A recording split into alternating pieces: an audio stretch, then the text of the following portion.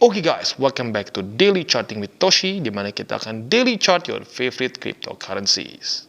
Oke, dalam 24 jam terakhir, cryptocurrency market kembali terkoreksi sebesar 1,84%. Dengan sekarang total market cap-nya di 1,95 triliun US dollars. Dan kita bisa lihat ini semua karena Bitcoin, lagi-lagi Bitcoin yang gagal close weekly dengan bagus ya. Dengan sangat jelas ini di bawah dari bull support band. Dan ini merupakan penurunan sebesar 1,84% dalam 24 jam terakhir ya. Untuk Ethereum dia sekarang turun sebesar 2,81%, BNB turun sebesar 3,35% dan seterusnya. Overall nyaris semuanya merah ya, nyaris semuanya merah. Nah, kalau kita lihat di daily close-nya ya jelek ya, dengan sangat jelas jelek. Kemarin lusa ketemu momentum, sekarang hancur lagi. Dan sekarang dia sedang bertahan di atas dari MA50 di daily ya. Tetapi bad news-nya apa? Weekly-nya sudah berantakan ya. Bitcoin sudah close di bawah dari bull support band ya, dan seperti kita tahu bull support band ini kalau kita close di bawah, technically speaking ada 3 kemungkinan. Ya, kita bahas dulu yang pertama, yang paling bullish-nya adalah ada satu skenario yang terjadi saat Bitcoin drop ya, atau weekly close di bawah dari bull support band, dia bisa kembali lagi ke atas. Itu pernah terjadi tapi hanya sekali di 2013 saja, di mana dia pernah breakdown ya, dia close weekly di bawah dari bull support band, tetapi minggu depannya langsung dia kembali lagi ke atas dan melanjutkan bull market. Bisa terjadi, bisa technically ya, dan kebetulan di waktu bersamaan ini adalah masa-masa tapering ya, tapering 2013. Jadi apakah mungkin history akan ngulang lagi ya? Apakah mungkin tapering sekarang juga akan terjadi hal yang sama? Bitcoin bisa kembali lagi rally? We don't know ya. Tapi intinya apa? Kita harus ngomong bahwa ini pernah terjadi. Walaupun ya basically hanya sekali ini saja ya. Sisanya ya kita lihat cenderungnya kalau sudah close ke bawah antara dua, antara winter atau mini bear market ya. Nah, skenario selanjutnya yaitu adalah winter.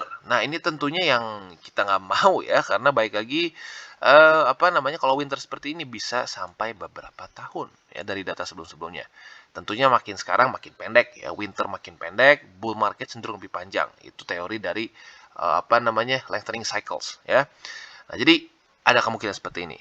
Atau ada juga kemungkinan ini menjadi mini bear market seperti yang kita sering bahas dan kita sudah rasakan dalam beberapa bulan terakhir ya. Seperti di sini ya. Ini mini bear market pertama, ini mini bear market kedua. Ya, walaupun sayangnya bull marketnya sangat-sangat bentar sekali ya. Nah, jadi itu kemungkinan yang bisa terjadi. Dan ya kalau kita lihat seperti ini ya, kalau ya pada biasanya kalau sampai terjadi mini bear market ya, minimal dia akan retest lagi daerah-daerah sini tentunya ya, 37, 35, bahkan mungkin bisa sampai ke 30.000. Ya, kita lihat sampai mana. Nah, jadi kurang lebih seperti itu untuk Bitcoin. Untuk lebih detailnya lagi kita akan bahas di belakang. Sekarang kita akan coba membahas dulu newsnya. Oke, dan berita kita pada hari ini datang dari Bank of America. Lebih tepatnya seorang strategis di Bank of America yang mewarning bahwa recession shock is coming.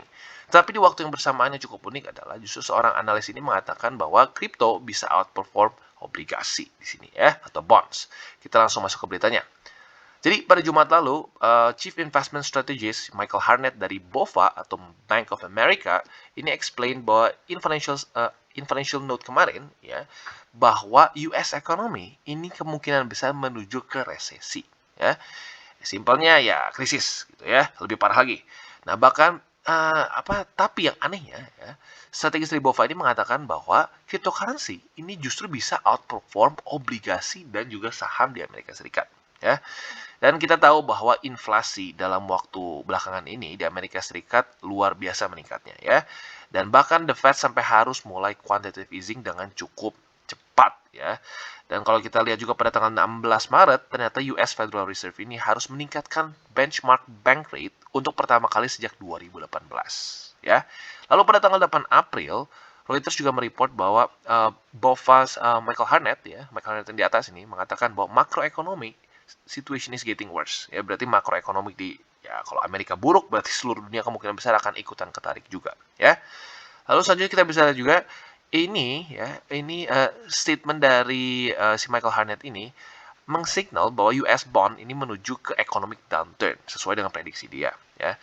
Jadi ya kita bisa lihat ya bahwa pada faktanya dengan kemarin Amerika Serikat ya terus-terusan dia ya dalam tanda kutip memprint duit, ya itu tentunya akan satu saat harus dibayar ya. Dan sekarang sepertinya waktunya untuk membayar dari ya apa namanya ngeprint duit itu ya. Dan sayangnya ya karena apa ya, ekonomi kita itu sangat global, sangat terkait satu sama lainnya, maka saat kalau Amerika resesi, mau tidak mau kita pasti akan kena dampaknya juga, ya. Yaitu dia salah satu sisi negatifnya dari globalisme, ya. Dan yang unik juga di sini adalah BOFA ini cenderung apa ya? Dia cenderung bullish on cryptocurrency. Bahkan di Desember lalu dia sempat mengatakan bahwa apa namanya metaverse ini bisa menjadi satu opportunity yang luar biasa besar, ya. Tapi baik lagi ya, overall ya kita masih lihat market cenderung masih bearish ya. Jadi ya kalau gua sih tetap balik lagi ke chart ya, dan kebetulan juga ini sudah selesai, kita akan lanjut lagi langsung ke chartnya. Oke, dan kita balik lagi ke Bitcoin. Overall kita bisa lihat ya kalau weekly sih jujur ya jelek ya, nggak ada yang bisa diomongin lagi, memang weekly-nya jelek, dia breakdown dan ini bisa menjadi pertanda yang cukup bearish ya. Nah, tapi kalau di daily-nya kita bisa lihat, untungnya dia nggak tembus MA50 di daily. Ya, kalau dia udah tembus juga itu udah jelas benar-benar momentumnya hancur. Ya. Nah, jadi tentunya pada hari ini PR dari Bitcoin untuk stay minimal di daerah sini adalah ya harus hold MA50. Karena kalau sampai MA50 sudah jebol, ya kita bisa lihat, balik lagi, basically strukturnya akan menuju lagi ke 40.000, bahkan even worse ya. Bisa sampai ke 35, 36, bahkan bisa sampai terus ke 30.000 kalau dia momentumnya seperti ini ya. Jadi ya baik lagi, ini cukup vital. Apakah Bitcoin bisa hold MA50 pada hari ini atau tidak? Kalau tidak bisa, siap-siap ya. Kita akan retest support-support di bawah ya. Nah, jadi untuk sekarang buy limit hanya satu saja, yaitu di MA50 di daily chart ya. Dimana ya kita tahu bahwa ini the last line of defense untuk Bitcoin ya. Dan apa namanya mungkin PR selanjutnya kalau untuk yang lebih besarnya ya, jangan sampai dia reject oleh bull support band yang sekarang ada di price range 42.900-an sampai 43.800-an. Jadi kurang lebih ada sekitar 1.000 di sini ya, ada sekitar price range $1.000 antara EMA 21 dan SMA 20 ya. Nah, jadi andaikan sampai terulang lagi di tahun 2013 ya, di mana kita tahu 2013 adalah masa-masa tapering ya.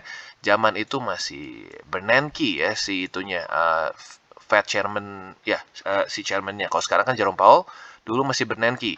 Nah, kalau kita lihat di sini ya, sama-sama saat tapering terjadi drop. Nah, dan terjadi satu data yang menunjukkan bahwa Bitcoin sempat atau berhasil recovery setelah dia drop dari bull support band. Nah, harapan kita adalah bisa terjadi seperti ini ya. Ini tentunya skenario yang paling bullish. Tapi gue ingetin, ini hanya terjadi kayaknya hanya sekali atau 2 kali ya. Selama gue lihat baru sekali ini, di mana dia drop langsung minggu depannya kembali lagi rally ya, dan bahkan melanjutkan si bull support band-nya seperti tidak terjadi apa-apa ya. Nah, jadi ini tentunya harapan besar kita. Nah, tentunya supaya bisa terjadi seperti itu ya jangan sampai kita ke-reject oleh bull support band yang ada di daerah 42.900-an sampai 43.800-an ya. Jadi itu PR besar dari Bitcoin kalau ingin mengulang 2013, yaitu jangan sampai ke-reject oleh daerah sini ya. Dan untuk Bitcoin ya, baik lagi, sekali lagi untuk buy limit gue ulangi cuma satu, yaitu di MA50 di 41.948 USD. Dan bagi kalian yang tertarik untuk akumulasi BTC, altcoins, dan lain-lain, sekali lagi bisa menggunakan link referral kita di bawah. Tentunya nggak wajib ya, dan ada banyak juga, nggak harus di satu tempat. Ada macam-macam, ada Bybit, ada Maxi, ada Pionex, banyak ya, kalian bisa pilih sendiri. Jadi kurang lebih seperti itu untuk BTC. Kita lanjut lagi sekarang ke Cardano. Oke, dan selanjutnya kita masuk ke Cardano. Untuk Cardano kita bisa lihat sesuai dengan pembicaraan kita kemarin ya. Cardano akan selamat apabila BTC nggak ngedrop. Ya, karena kita bisa lihat korelasi Cardano terutama ya belakangan ini luar biasa besar. BTC ngedrop, Cardano ngedrop lebih parah. Ya. Nah, untuk sekarang kita bisa lihat technically speaking ya, dia nggak close di bawah dari $1.03 ya, which is still good ya, dan opennya pun masih di atas dari $1.03. Tetapi ya Bitcoinnya ngambek seperti ini ya, atau dia breakdown ya, otomatis Cardano mau tidak mau pasti ikutan ketarik ya. Karena lagi-lagi ini menjadi satu reminder, apabila BTC di bawah dari bull support band, altcoins itu akan menderita ya. Overall akan menderita ya. Nah, jadi untuk sekarang tentunya adalah ya kalau per Cardano sih ya kalau bisa ya dia bisa tetap stay di atas 1.23 sen. Tapi kalau dalam kondisi Cardano kalau kondisi BTC seperti ini sulit ya.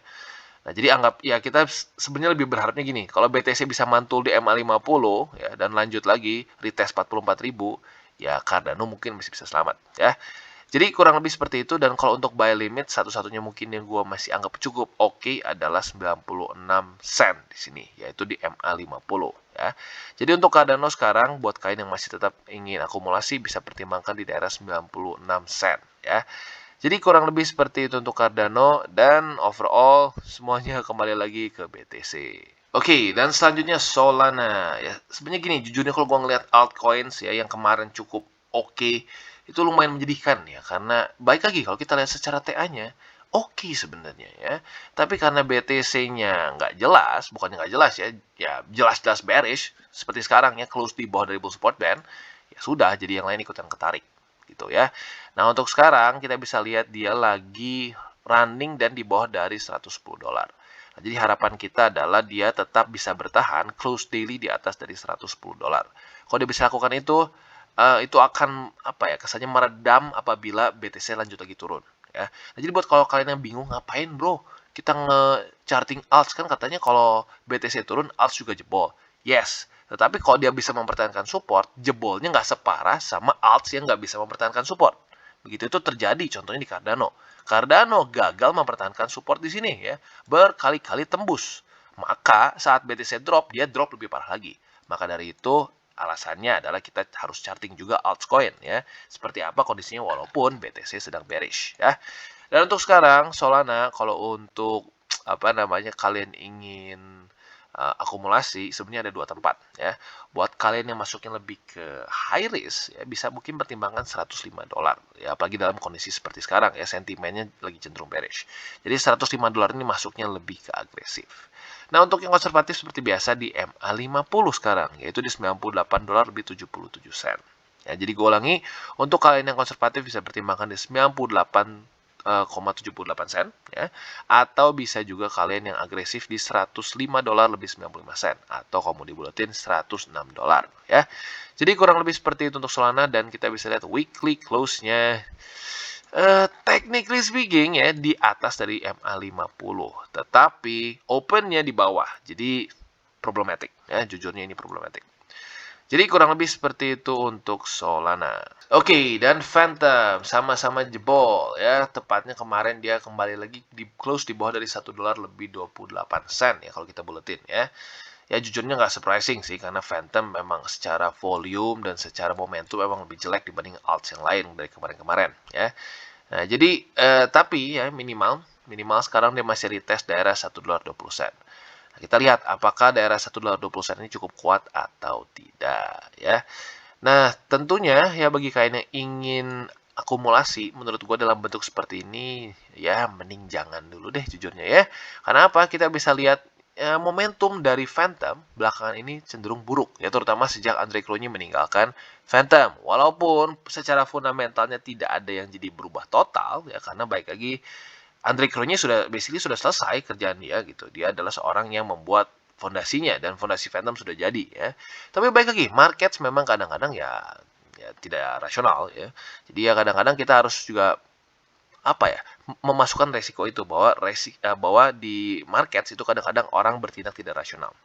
Nah, untuk sekarang kalau kalian ingin ya untuk akumulasi ya dalam ya jangan di price range ini ya.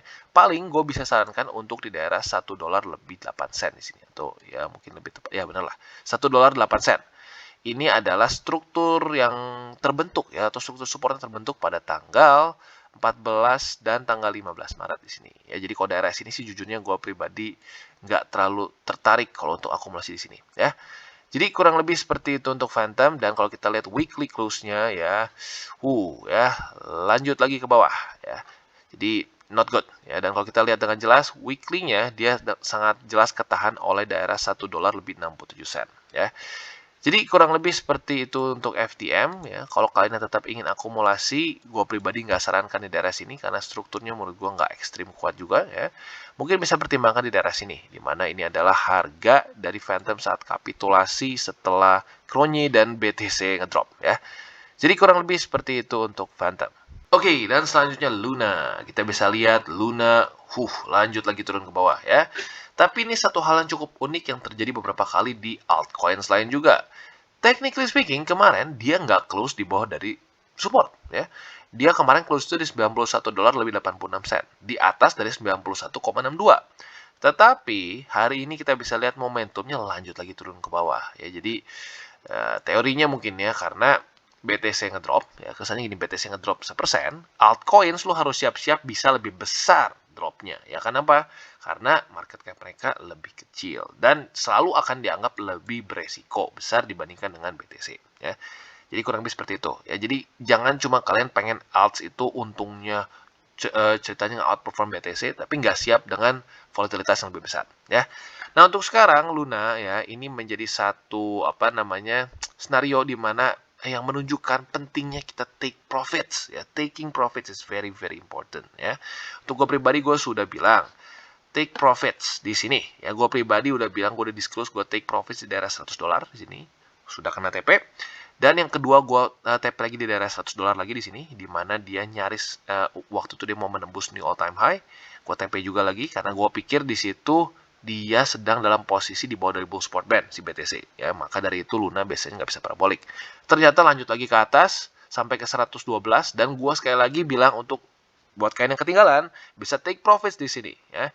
Nah jadi bagi kalian yang nggak take profits, ya sekarang udah turun lagi gitu. Jadi ingat guys, untuk selalu take your profits. Tinggal kalian tentuin berapa besarnya. Nah itu gue nggak tahu, pribadi pasti beda-beda, ya. Gue pribadi kemarin di sini sekitar, seingat gue sekitar sekitar 20%, ya. Kenapa? Karena baik lagi kondisi market masih belum terlalu jelas. Dan akhirnya apa, dari dana situ ya kita bisa akumulasi lagi, ya.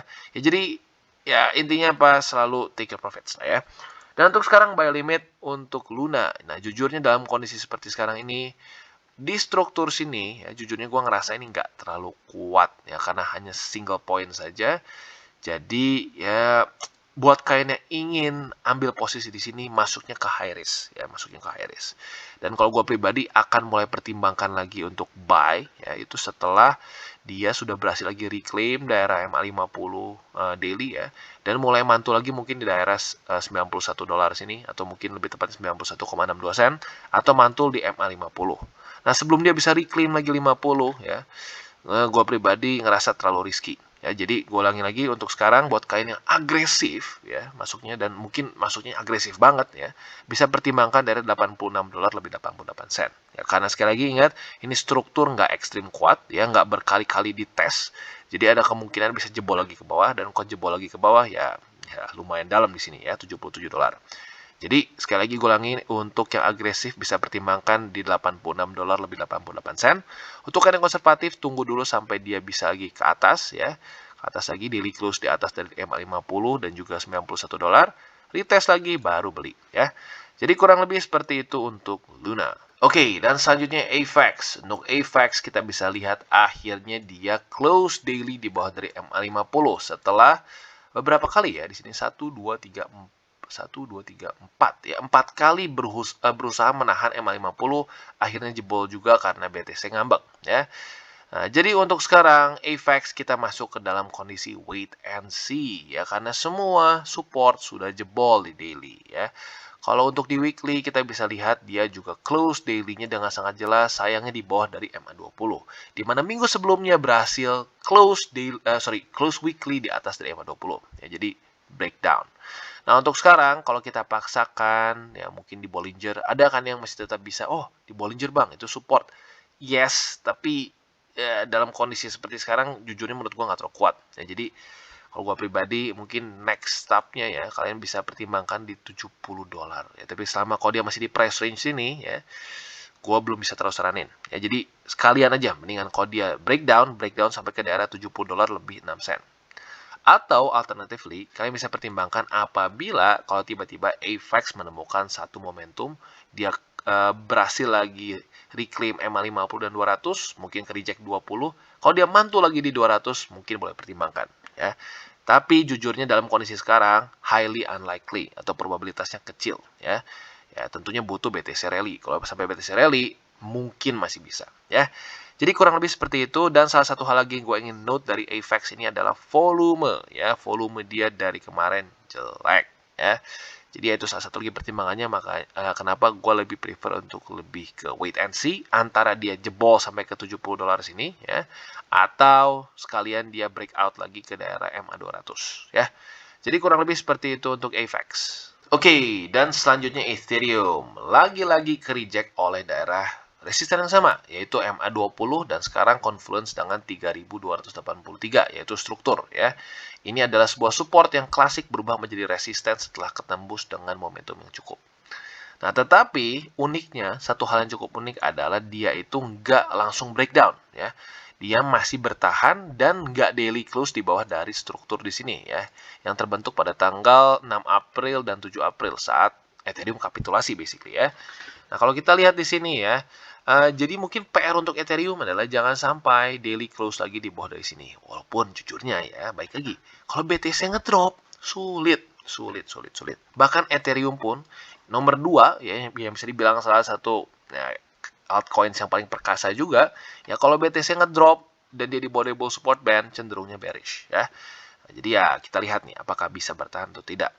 Nah, kalau untuk buy limit, gue pribadi nggak sarankan di sini ya, kecuali kalian benar-benar super high risk gitu ya. Wah, nggak apa-apa bang, gue emang risk taker. Ya boleh ya, kalau kalian benar-benar risk taker, ambil posisi di $3.165 alias kurang lebih di harga running sekarang ya, sedikit di atas lah ini mungkin ya. Nah, bisa pertimbangkan. Tapi kalau gue pribadi nggak sarankan ya. Jadi minimal kalau gue sih ya, kalau lu mau ya di $3.081 di sini. Dimana ini adalah sebuah struktur support yang terbentuk pada tanggal ya Januari awal lah di sini ya. Nah, jadi kurang lebih seperti itu. Dan untuk weekly close-nya Ethereum kita bisa lihat sayangnya ya, atau lebih tepatnya sih jadi gini nih, dia nggak close, lagi-lagi kayak gini nih, lagi-lagi terjadi seperti di atas ya, dia nggak close di bawah dari MA50, tetapi opennya ambigu gitu ya, di atas sedikit, tapi terlalu ekstrim tipis, dan sekarang lagi ketekan MA20, jadi untuk Ethereum, weekly close-nya sedikit mix nih ya, mix, nggak jelek banget, tapi ya dibilang bagus juga enggak ya, karena ya deg-degan nih, semuanya serba tipis ya. Jadi untuk Ethereum, baik lagi, buat kalian yang ingin buy limit, buat kalian yang ultra agresif, bisa pertimbangkan di daerah $3.165, di daerah sekarang ini ya, basically dekat-dekat harga running. Atau buat kalian yang medium risk, bisa pertimbangkan di $3.081, dan untuk yang konservatif seperti biasa MA50 masih setia menunggu di daerah 2.944. Jadi kurang lebih seperti itu untuk Ethereum. Dan balik lagi ya, tujuan kita charting alts adalah ya karena kita lihat, kalau lu bilang semua sama aja, altcoins kan ngedrop kalau BTC ngedrop. Nah, kita lihat, ini ini Ethereum nih. Luna juga sama-sama altcoins, tapi kita lihat Luna lebih jebol. Itu karena kenapa? Ya, struktur. Gitu. Jadi, walaupun korelasi besar antara altcoins dalam BTC, tetapi tentunya beda-beda. Ada altcoin yang menderita sekali turunnya, ada beberapa altcoins yang justru ya dia tetap turun, ya overall bearish, tetapi nggak separah beberapa aset yang supportnya jebol semua. Ya, jadi itu salah satu hal harus kita pertimbangkan saat kita charting altcoins ya. Jadi kurang lebih seperti itu untuk hari ini, dan nanti sore kemungkinan besar gua akan mengadakan on-chain analysis setelah weekly close yang nggak terlalu bagus dari BTC ini ya. Apa yang terjadi, bandar ngapain gitu kesannya, walaupun ya bandar atau slash whales lah ya. Mereka ngapain, apakah banyak yang akumulasi atau banyak yang malah buang BTC mereka ya. Jadi kurang lebih seperti itu DCWT kita pada hari ini. Oke guys, jadi itu adalah akhir dari segmen DCWT kita pada hari ini. Dan jangan lupa, bagi kalian yang merasakan manfaat dari segmen ini, jangan lupa untuk share ke teman-teman kalian. Dan apabila lu pengen mensupport channel kita, ya TCI, jangan lupa untuk menggunakan link referral kita di bawah. Nggak wajib ya, tetapi apabila lu menggunakan link referral kita di bawah, ada macam-macam ya, dari Bybit, Huobi, Maxi, toko kripto, dan banyak lagi ya. Ya, walaupun nggak wajib, tapi kalau menggunakan link referral kita, lu secara langsung membantu perkembangan dari TCI. Dan satu lagi, jangan lupa juga untuk join Telegram group kita, di mana kita bisa ngobrol-ngobrol santai mengenai dunia cryptocurrency secara dua arah. So, jangan lupa untuk like, subscribe, klik the bell icon, and see you on the next video.